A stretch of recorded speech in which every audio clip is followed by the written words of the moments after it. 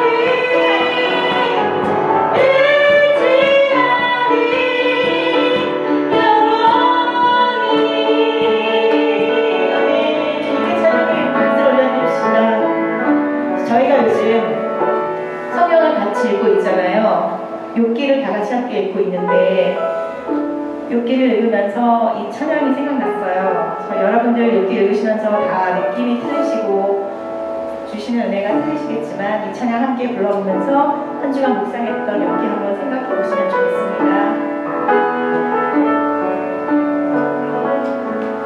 주가 보이신 생명의 길, 나 주님과 함께 상한 마음을 들이며 주님 앞에 나가리. 너의 의로움이 되신 주, 그 이름 예수, 나의 길이 되신 이름 네, 다시 한번 고백합니다. 주가 보이신 주가 보이신 생명의 길, 나 주님과 함께 사랑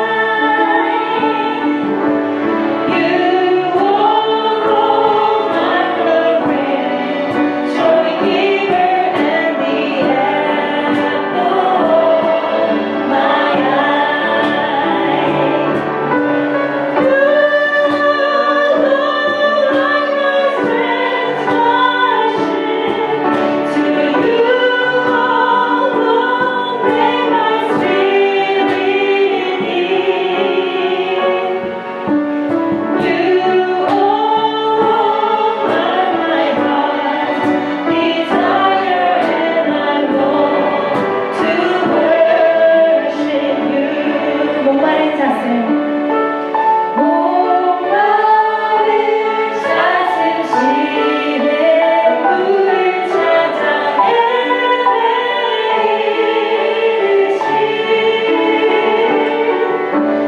내 영혼 주를 찾기에 갈급하나이다. 주님만이 나의 힘, 주님만이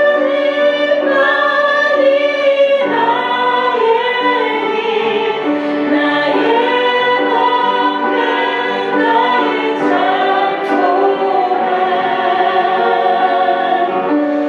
나의 몸 정성 담아 줘서 주님 곁에 합니다. 우리 근보다 귀한 나의 주님 찬양해요. 근보다 귀한 나의 주님, 내게 만족 주신 주, 당신만이 나의 힘든 동안 나의 참 고백.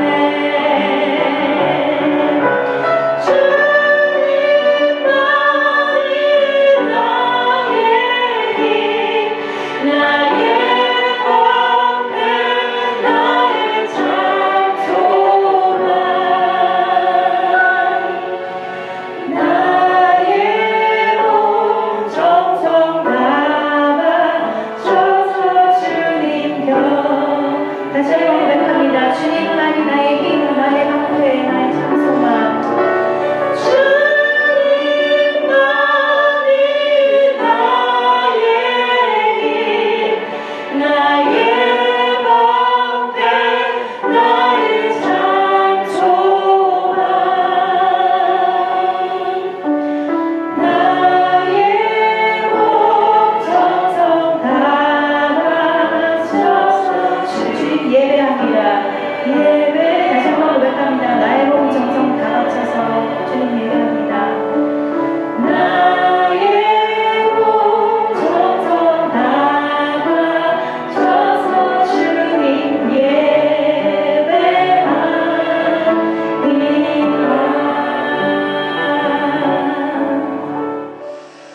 우리 하나님은 자기 자리에 다른 존재를 앉혀놓는 것을 극히 싫어합니다.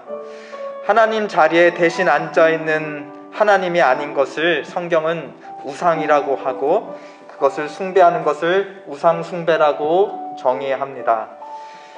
그런데 우리가 대부분 저지르는 우상숭배는 하나님을 제쳐두고 그것만 우상하는 것만 숭배가 아니라 하나님 앉혀드리고 그 옆에 우상까지도 앉혀서 금도 취하고 하나님도 취하고 이것도 믿고 하나님도 믿는 그것을 어떻게 보면 오히려 더 싫어하십니다. 이 시간 우리 예배 가운데 오직 하나님만 보좌에 앉히게 하여 주시옵소서. 그 하나님만 예배하는 자로 우리의 마음을 정금과 같이 깨끗게 하여 주시옵소서. 하나님만이 나의 힘이시오 또 환난 중에 방패 되시는 줄을 고백하는 믿음의 회복이 있게 하여 주시옵소서. 우리 자신과 서로를 위해 함께 기도하시겠습니다.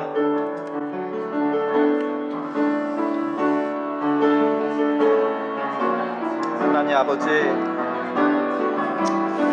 금도 은도 좋아하고 하나님도 좋아하고 그것도 의지하며 하나님도 의지하려고 하는 하나님을 그런 것들로 함께 더불어 동급으로 여기는 우리의 우상숭배를 주님 용서하여 주시옵소서.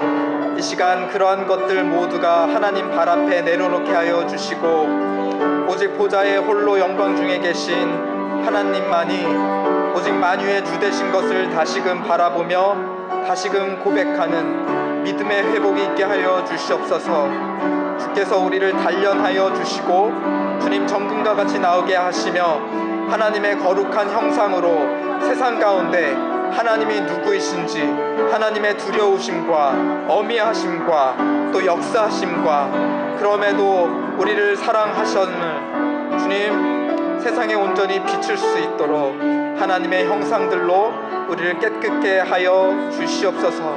말씀과 기도 가운데 거룩하게 되어지는 아버지 그 역사가 이 예배 가운데 일어날 줄로 믿습니다. 성령님 도와 주시옵소서. 예수님의 이름으로 기도드렸습니다. 아멘. 우리에게 불행이 닥칠 때 본능적으로 떠오르는 질문은 왜일 것입니다. 왜 나에게 이런 일이 생긴 거지? 내가 뭔가 잘못한 일이 있었나? 또 누군가 불행을 당할 때에도 우리는 왜라는 질문을 떠올리곤 합니다. 왜 그런 일을 당한 거지? 그 사람이 뭔가 잘못한 거라도 있는 건가? 이렇게 왜라는 질문을 던지는 밑바탕에는 바로 심은 대로 거둔다, 혹은 콩 심은 데 콩 나고 파 심은 데 팥난다라고 하는 그런 우리의 인생관, 세계관이 밑바탕에 깔려 있습니다. 혹은 인과응보라고도 하고 권선징악이라고도 하죠. 우리가 어릴 적 들은 동화 이야기의 그 대부분의 주제가 그쵸? 권선징악이고 인과응보입니다. 대표적으로 흥부와 놀부, 그쵸? 또 콩쥐와 팥쥐, 이런 그런 대표적인 동화들이 있습니다. 이제 두 사람을 비교하는 거죠. 한 사람은 콩을 심고 한 사람은 팥을 심어서 마지막에 결국은 뿌린 대로 거둔다. 그렇죠? 근데 흥미로운 사실은 이 어린이에게 들려줄 이 동화를 쓴 사람들은 어린이들이 아니라 누구죠? 어른들입니다. 그리고 이 이야기들을 어린이에게 들려주는 대부분의 사람들은 부모님들, 어른들이에요. 그래서 너희들 착하게 안 살고 엄마 아빠 말대로 안 살면 그쵸? 너희 나중에 큰일 당한다. 제가 생각했을 때는 어른들이 아이들을 착하게 키우고 자기 말 잘 듣게 하려고 이런 동화를 줘서 들려준 게 아닐까, 그런 생각이 이제야 좀 듭니다. 왜 그러냐, 사실 실제 어른들이 살아가는 세상은 꼭 심은 대로 거두는 것 같지만은 않아요. 그렇지 않나요? 많이 심었는데 많은 경우에는 적게 거두는 경우가 많고, 어떨 때는 좀 적게 심었는데 예상외로 좀 많이 거둔 것 같은, 횡재한 것 같은 그런 때도 있고, 또 그런 사람을 보며 굉장히 불공평하다고 느낄 때도 있습니다. 그런 관점에서 우리가 이번 주에 읽어가고 있는 욥기는 어찌 보면 어른들을 위한 이야기가 아닐까 싶어요. 왜냐, 욥이란 사람이 인생의 밭에 의로움의 씨앗을 심었는데 그가 지금 거두고 누리고 있는 것은 그에 따르는 칭찬과 축복이 아니라 지금 저주를 받고 있잖아요. 큰 극심한 고난을 받고 있잖아요. 마치 이것이 우리들의 살아가는 그 인생을 대변해주는 그런 이야기가 아닌가 싶습니다. 이 욥은 동방의 의인이자 부자로 소개가 되어 있습니다. 그런데 어느 날 하루아침에 그의 인생이 완전히 뒤집어지죠. 자녀와 재산을 다 잃게 되고 또 곧이어 그의 몸에 큰 질병을 얻게 됩니다. 그래서 그는 정말 말 그대로 사는 것보다 죽는 것이 더 나은 그런 비극적인 상황에 처하게 됩니다. 그래서 이 소식을 들은 그의 세 친구들이 원근 각지에서 그를 조문하고 위로하겠다고 그를 찾아옵니다. 그리고 언제 들어왔는지는 모르겠는데 이제 나중에 엘리후라고 하는 좀 연배가 낮은 젊은이도 어느 순간 몰래 들어와서 이 세 친구와 욥이 하는 대화들을 엿듣고 있죠.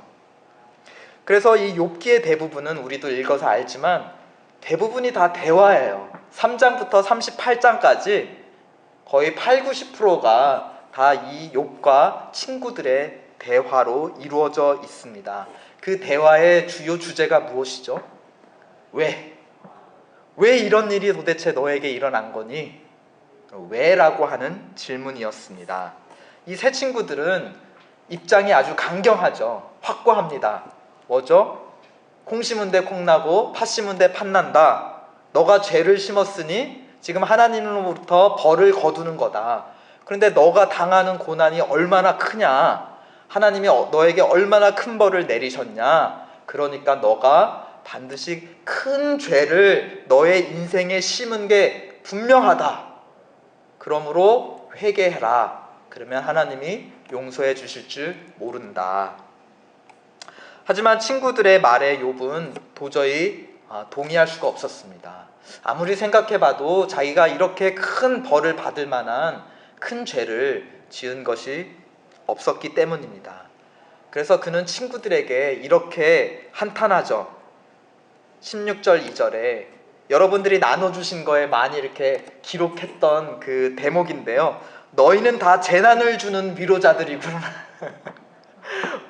위로자의 모습으로 와서 오히려 내 마음에 괴로움을 더할 뿐이다. 그래서 욥은 친구들에게서 위로를 찾을 수 없고 누구에게 위로를 찾으려고 하고 누구에게 왜 이런 일이 일어났는지를 따져 묻고 싶어 하죠. 그 누구는 바로 하나님입니다. 욥은 궁극적으로 하나님과 대화를 하고 싶어 해요. 그래서 예를 들어 10장 2절에서 이렇게 얘기합니다. 내가 하나님께 아뢰오리니 너희들은 그만 말해라. 나 하나님과 좀 제발 얘기하게 나 좀 내버려둬라. 너희는 재난을 주는 위로자들일 뿐이다. 내가 하나님께 아뢰오르니 나를 정죄하지 마옵시고 무슨 까닭으로 나와 더불어 변론하시려는지 나로 좀 알게 해 주시옵소서. 그렇죠? 그런데 이 대목에서 욥 역시 마찬가지로 친구들과 마찬가지로 여전히 심는 대로 거둔다라고 하는 그 인생관을 가지고 있는 거예요. 그래서 자기는 분명히 의의 씨앗을 심었다고 생각했는데 자기 인생에서 축복이 아니라 지금 저주를 거두고 있으니까 하나님에게 따지고 싶은 거죠. 하나님, 원래 하나님의 통치 원리가 심는 대로 거두는 거 아닙니까? 근데 내가 의를 심었는데 왜 이런 불행을 내가 거두게 되었습니까? 하나님 뭐라고 좀 설명 좀 해보십시오 라고 욥 역시 새 친구들과 마찬가지로 심는 대로 거둔다라고 하는 그 신념에 가득 잡혀있는 사람이었던 것입니다. 그리고 마침내 우리가 이제 읽게 될 것인데요. 이번 주에 마침내 욥이 간절히 바라는 대로 하나님께서 폭풍 가운데 등장하셔서 욥을 대면하시고 욥과 대화를 하십니다. 대화가 잘 됐나 봐요. 욥이 회개하고, 그렇죠? 하나님을 받아들이고 회개하고 또 하나님 역시 오늘 우리가 읽었던 것처럼 욥을 기쁘게 받아주셨다. 그렇죠? 둘 사이에 뭔가 화해가 잘 이루어진 것 같습니다. 그리고 하나님이 이전보다 갑절이나 더 욥을 축복해 주시고 마치 심는 대로 거둔다는 그 원리가 맞는 것처럼 욥의 인생은 해피엔딩으로 끝나게 되죠. 근데 우리가 오늘 읽은 본문을 좀 더 자세히 들여다보면 이상한 점이 있습니다. 굉장히 이상한 점이에요. 욥이 지금 이 욥기를 통해서 또 친구들과의 대화를 통해서 궁금했던 것, 정말 알고 싶던 것, 하나님을 만나면 꼭 따지고 싶었던 게 뭐죠? 왜 나에게 이런 고난이 오는가에 대한 그 이유를 묻고 싶고 그 이유를 알고 싶었습니다. 이 모든 욥이 고난을 받은 그 이유, 그 근원은 무엇이었죠? 욥기 1장에 잘 나와 있습니다. 8절에 보면 하나님께서 먼저 하늘에 있는 천사들에게 욥을 자랑하세요. 그리고 하나님께서 먼저 사단에게 욥이 얼마나 의로운 자인지 한번 시험해 보라고 욥을 자랑합니다. 그렇게 해서 사단이 그에게 어려움을 주었고, 그렇죠? 가족도 잃고 재산도 잃고 심지어 그 몸에 질병을 얻었습니다. 그러나 하나님이 막으신 것처럼 욥의 생명만은 사단이 건드릴 수가 없었습니다. 이것은 하나님만이 알고 있는 비밀이었어요. 그리고 또 누가 이 비밀을 알고 있죠? 이 모든 일의 비밀? 여러분이 알고 계시죠? 우리가 마치 그 하늘의 회의에 있었던 것처럼 우리도 왜 욥이 이런 고난을 당하는지 우리도 그 비밀을 알고 있습니다. 그러니까 우리가 이걸 읽어보면서 아이고 이런 일이 있는지도 모르고 욥의 새 친구들은 답답한 소리만 하고 있네라고 얼마나 여러분들 답답했어요, 그렇죠? 마치 우리가 이 성경 안으로 좀 들어가서 그 새 친구들한테 야 진실은 이렇다라고 정말 알려주고 싶은 적이 한두 번이 아니었습니다, 그렇죠? 그런데 이상한 것이 있습니다. 무엇이냐? 지금 이 마지막 해피엔딩 장면에서 하나님이 왜 이 모든 일들이 일어났는지에 대해서 그 자초지종을, 그 비밀을 욥에게 말씀해 주셨나요? 말씀해 주시지 않았어요. 하나님이 욥에게 어떤 얘기를 해 주셨나?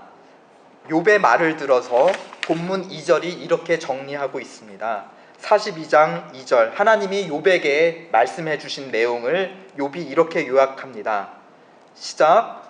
주께서는 무소불능하시오며 무슨 경영이든지 못 이루실 것이 없는 줄 아오니. 그러니까 하나님이 나타나셔서 욥에게 해준 이야기는 너가 이렇게 해서 고난을 받은 것이야. 좀 미안하게 됐다. 내가 너를 너무 아끼고 자랑하다 보니까 이런 일이 생겼어 라고 욥에게 설명하고 사과를 하신 게 아니에요. 하나님이 욥에게 하신 이야기는 무슨 내용이었나요? 하나님이 어떠한 분이신지를 욥에게 말씀하신 거예요. 무소불능하시고 못하시는 일이 없고 계획하신 것은 다 이루실 수 있는 그런 이 세상과 역사의 주권자이시라는 것을 욥에게 알려주신 것이었습니다. 아니 욥은 지금까지 왜라고 물었어요. Why? 근데 하나님은 나타나셔서 뭐라고 대답하신 거죠? 누가? 내가 누구야? 아니, why라고 물었는데 who라고 지금 대답을 하신 거예요. 그러니까 하나님이 뭐 하신 거죠 지금? 동문서답하신 거예요. 아이 그 욥의 입장에서는 이게 우라터질 일이 아닐까요? 그렇죠? 내가 지금까지 이 고생을 하면서 그렇게 하나님을 불러가며 왜 내가 이런 고난을 당해야 되는지 알려달라고 물었는데 하나님이 마지막에 나타나셔서 지금 동문서답을 하고 계신다는 겁니다. 이상하죠? 왜 하나님은 그 비밀을 말해주지 않으셨을까? 딴 얘기를 들려주신 걸까? 그리고 이상한 점이 또 있습니다. 하나님만 이상한 게 아니에요. 욥도 이상해요. 욥의 반응이 뭐죠? 그토록 듣고 싶었던 대답을 못 들었어요. 그럼에도 그는 만족했고 오히려 더 6절에 보면 뭐라고 했죠? 그러므로 내가 스스로 화나고 티끌과 재 가운데 회개합니다. 오히려 하나님께 미안하다고 제가 잘못했다고 회개한다는 거예요. 아니 하나님은 왜 동문서답하시고 욥은 왜 동문서답에 오히려 자기가 미안하다고 지금 죄를 뒤집어쓰고 회개하고 있다는 말입니까?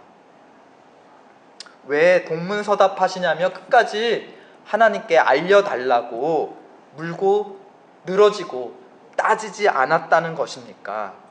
어쩌면 욥이 들은 대답은 하나님이 욥에게 해주신 내가 누구인가에 대한 그 말씀은 어쩌면 욥이 듣고 싶었던 대답보다 더 만족스러운 대답이었는지도 모릅니다.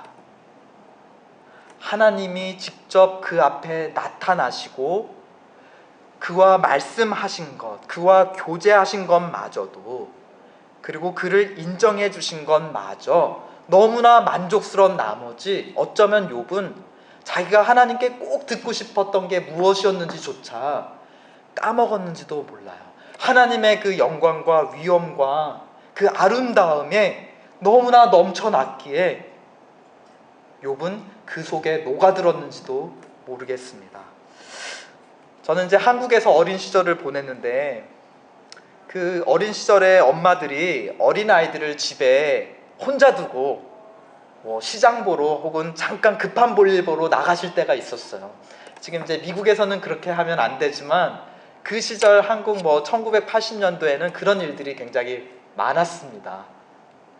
그래서 엄마가 이제 나가시면서 꼭 문 잠그고 있으라고, 그리고 이상한 사람한테 문 열어주면 안 된다고 그렇게 당부하시면서 마지막에는 엄마 빨리 갔다 올게, 그러니까 잘 지내고 있어 하면서 엄마가 이제 문을 잠그고 이제 나가시죠.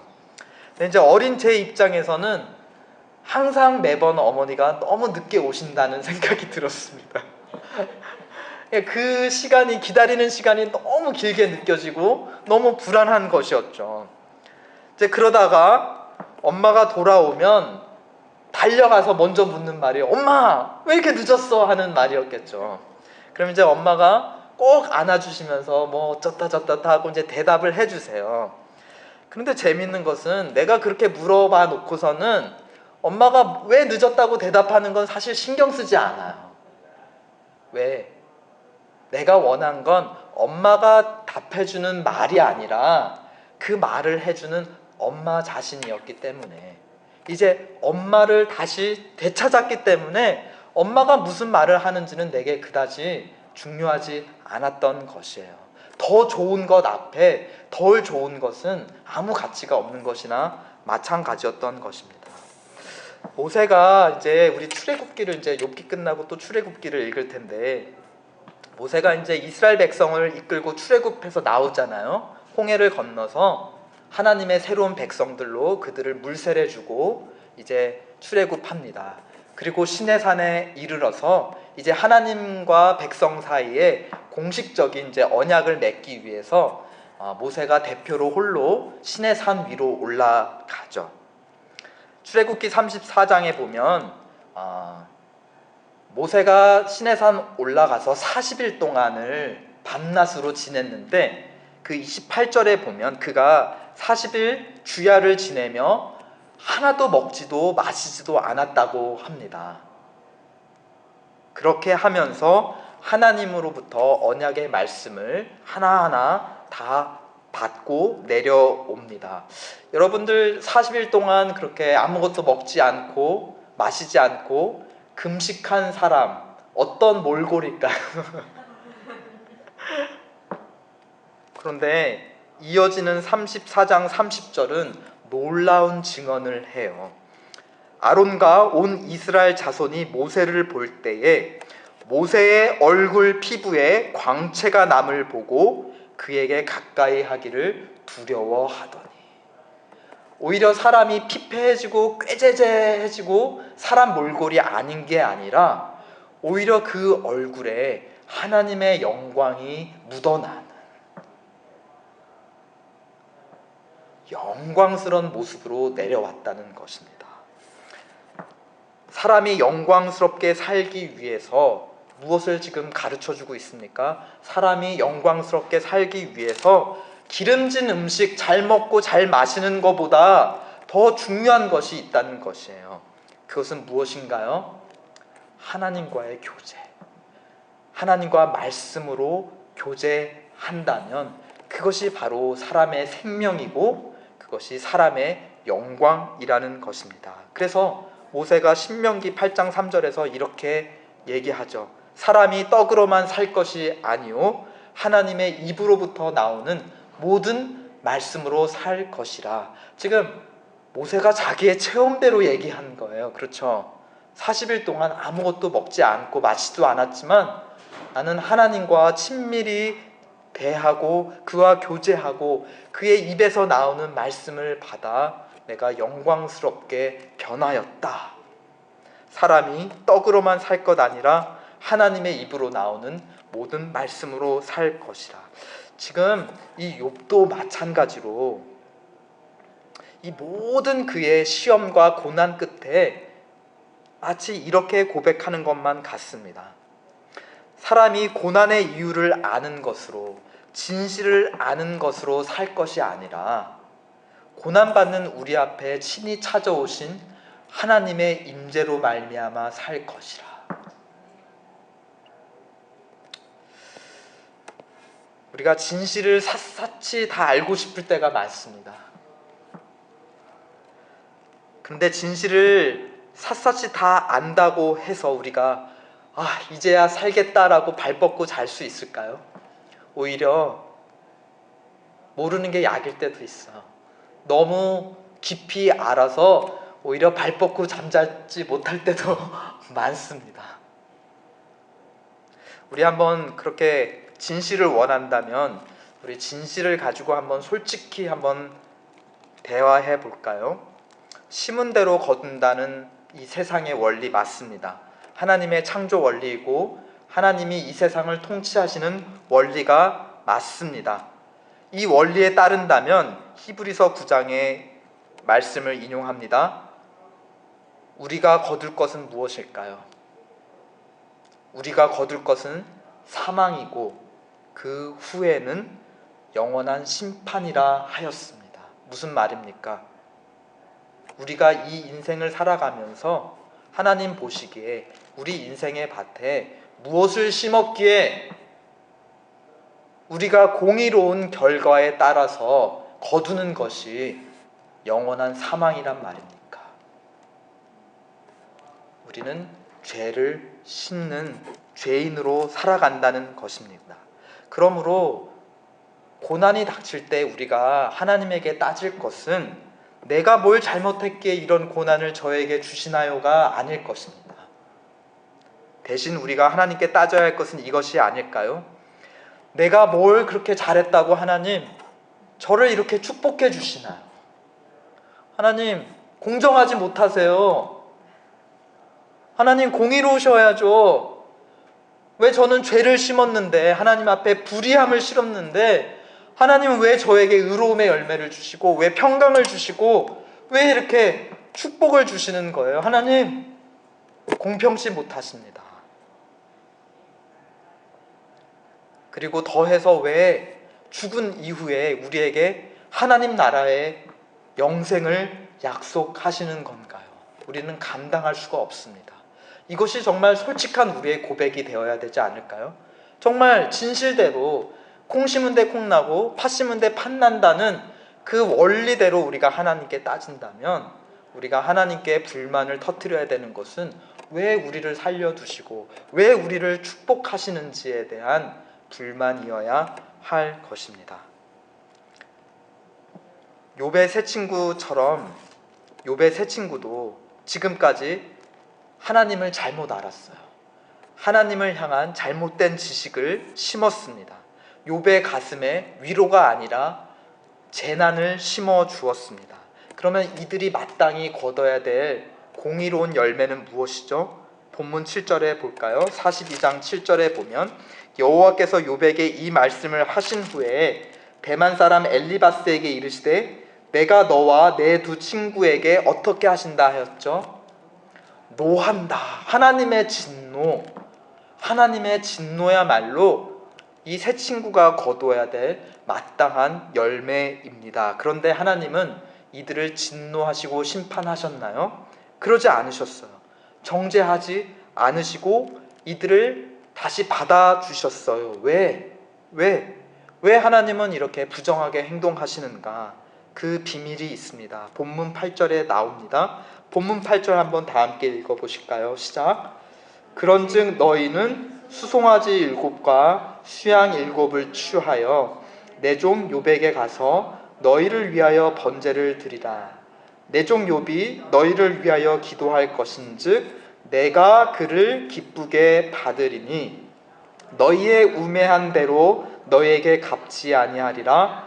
이는 너희가 나를 가리켜 말한 것이 내 종 욥의 말 같지 않게 정당하지 못함이니라. 이들이 왜 하나님의 진노를 피할 수 있었죠? 죄 없이 고난받은 욥, 하나님이 기뻐 받으시는 욥, 그 욥을 제사장으로서 욥이 제사장이 되어서 친구들의 잘못을 대신해 속죄 제사를 대신 드려줬을 때, 그리고 욥이 중보자가 되어서 친구들을 위해서 하나님 사이에서 중보기도 하자 하나님께서 욥으로 말미암아 그 친구들도 용서해 주신 것이었습니다. 그래서 8절, 9절 거듭되는 표현이 무엇이죠? 내가 그를 기쁘게 받으리라. 또 9절 맨 마지막에 여호와께서 욥을 기쁘게 받으셨더라. 그러니까 욥을 기쁘게 받으시면서 욥이 위하여 제사를 드리고 욥이 위하여 중보 기도한 그의 세 친구들도 욥과 함께 하나님 앞에 받은 바 되었다, 용납되었다라는 것입니다. 하나님이 왜 불의를 심은 이 세 친구들을 용서하고 받아주셨는가? 죄 없이 고난당한 제사장, 중보자 욥을 통하여 그로 말미암아 세 친구들을 받아주신 것입니다.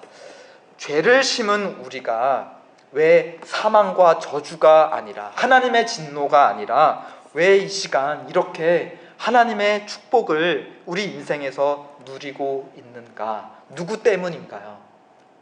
죄 없이 고난받은 그분, 우리 위에 자기 몸으로 친히 속죄 제사를 하나님께 드린 그분, 그리고 지금도 살아계셔서 우리를 위해서 중보기도 하시는 그분 때문입니다. 그분에 대하여 이사야서 유명한 53장 예언이 이렇게 그분을, 우리를 위한 그분이 행하신 일을 이렇게 증언합니다.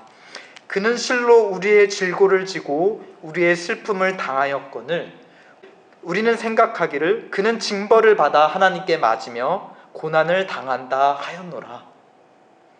그가 찔림은 우리의 허물 때문이요 그가 상함은 우리의 죄악 때문이라. 그가 징계를 받음으로 우리는 평화를 누리고 그가 채찍에 맞음으로 우리는 나음을 받았도다. 우리는 다 양 같아서 그릇 행하여 각기 제 길로 갔거늘 여호와께서는 우리 모두의 죄악을 그에게 담당시키셨도다. 그분은 누구이신가? 하나님이 기뻐 받으시는 자 누구이신가? 그래서 무덤에서 일으키시고 하늘로 끌어올리셔서 자기 보좌 우편에 친히 앉히시고 우리의 영원한 대제사장이자 중보자가 되신 욥보다 더 귀한, 욥보다 더 죄가 없으나 욥보다 더 큰 고난을 당하신 그분은 누구이신가? 바로 우리 주 예수 그리스도이십니다. 하나님은 어떠한 자를 의롭다 여기시고 어떠한 자를 기쁘게 받아주시는가요? 이 욥을 통해서, 그리고 욥이 가리키고 있는 더 영원한 대제사장 예수 그리스도를 통해서 하나님은 우리에게 이렇게 대답해 주십니다. 하나님이 기뻐 받으시는 자는 바로 상처 입은 치료자이며 고난받는 위로자이고 또 희생당한 제사장이다. 상처 입은 치료자, 고난받은 위로자, 그리고 희생당한 제사장. 그래서 그는 우리와 똑같이 고난을 받으셨기에 우리를 이해하지 못하실 뿐이 아니라 우리를 온전히 이해하실 수 있고, 그러므로 우리를 위해 온전히 중보하실 수 있는 분이라 하였습니다. 그러므로 베드로 사도는 우리에게 이렇게 권면합니다. 예수 안에 있는 자에게, 예수로 말미암아 하나님께 기쁨으로 받아들인 자들에 향하여 이렇게 권면합니다. 애매히 고난을 받아도 하나님을 생각함으로 슬픔을 참으면 이는 아름다우나 죄가 있어 매를 맞고 참으면 무슨 칭찬이 있으리요. 오직 선을 행함으로 고난을 받고 참으면 이는 하나님 앞에 아름다우니라. 마치 예수 그리스도가 그의 고난으로 말미암아 우리를 낫게 하셨고 우리에게 위로를 주셨던 것처럼 우리도 어떻게 선을 행하냐? 고난받는 자, 상처받는 자에게 위로자로, 치유자로, 또 그들의 중보자로 서라는 것입니다. 고난이 찾아왔다고 했을 때, 고난이 찾아와도 주 안에서, 우리의 대제사장 되신 주 안에서 고난을 받으십시오. 혹여 내 잘못으로 고난이 찾아왔다고 해도 이것을 주 안에서 감당한다면 하나님께서 그 고난을 통해 우리를 아름답게 빚어가시는 도구로 사용하실 것입니다. 또 혹시 아무 잘못 없이 선을 행하다 고난이 찾아온다고 해도, 그렇게 억울한 일을 당한다 하여도 주 안에서 감당하십시오.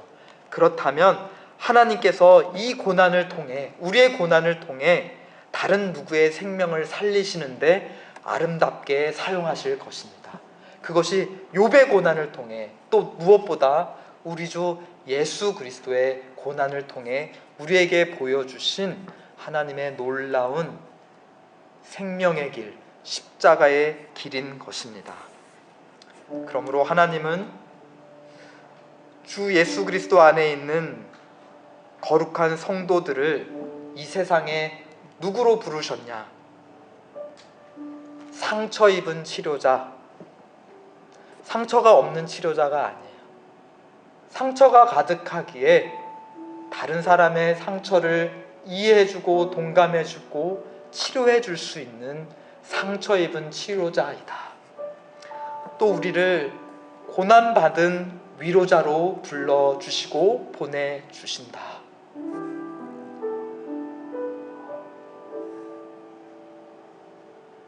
그리고 우리를 희생당한 제사장으로 불러주시고 보내어 주신다. 우리 몸으로 거룩한 산 제물로 드려짐으로 말미암아 우리 안에 드러나는 예수 그리스도의 고난과 부활의 영광으로 말미암아 그들도 예수를 알고 예수 안에서 하나님께 기쁨으로 받아들여지는 그 역사, 그것을 위해서 우리를 상처 입은 치료자로, 고난받은 위로자로, 희생당한 제사장으로 불러주시고 또한 세상으로 보내주시는 줄을 믿기 바랍니다. 우리 담담히 조용히 주님만이 나의 소망 되신다고 고백하시겠습니다. 내 맘에 쓰여 소망 되소서. 주 없이 모든 것 헛되어라. 밤에나 낮에나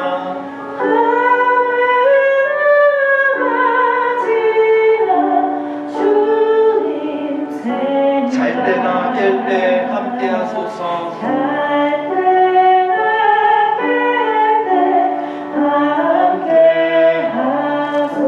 지혜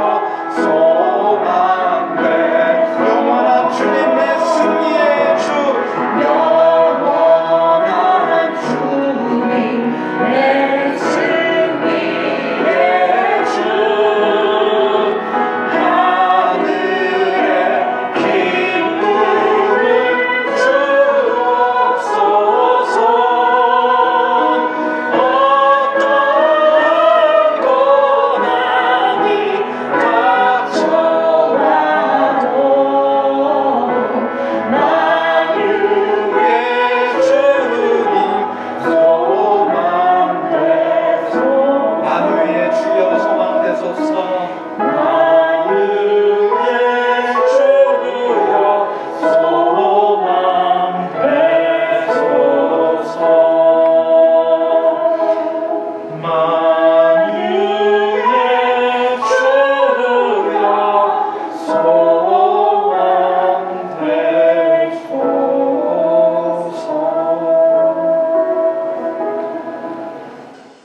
지금은 우리에게 상처 입은 치유자, 고난받은 위로자, 희생당한 제사장이 되신 예수 그리스도의 은혜와 그 안에 있는 자는 누구든지 기쁨으로 받아주시는 우리 하나님 아버지의 사랑과